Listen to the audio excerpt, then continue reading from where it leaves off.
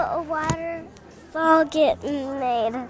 Hi, I'm Faith Fitzpatrick. I work at the U.S. Geological Survey out of the Wisconsin Water Science Center.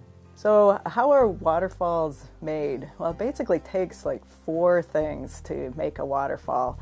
The first one is water, of course, and then the second one is to have some kind of land surface that's made out of different rock types or sediment. And then the next one is to have a vertical drop in that land surface. And then the fourth one, which is really important, is gravity, because that's what makes the water flow downhill. So you put all those things together and you end up with a waterfall. And what happens is as the water flows across the land surface, it starts to erode.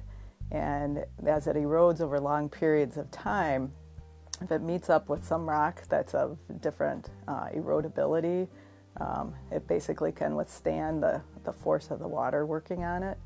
And that rock stays in place, and it ends up forming that vertical drop then. So how long do waterfalls last for?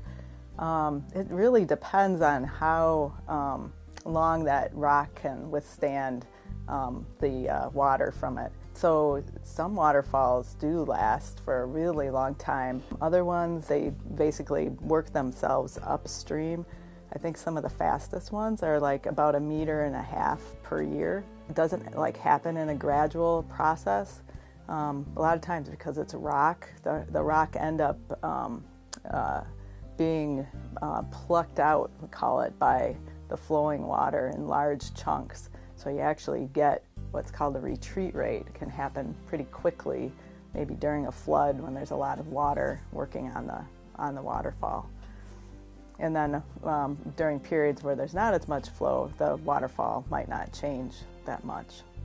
The number of waterfalls in Wisconsin, we actually have quite a few waterfalls, maybe over 100 or so, basically because we have such a varied geology in our state. So even though like in areas where you have glaciers, where Wisconsin was mostly covered by glaciers, so we have a lot of sediment that erodes easily, there's other places where the rocks stick up out of that sediment, and that's where we get those vertical drops.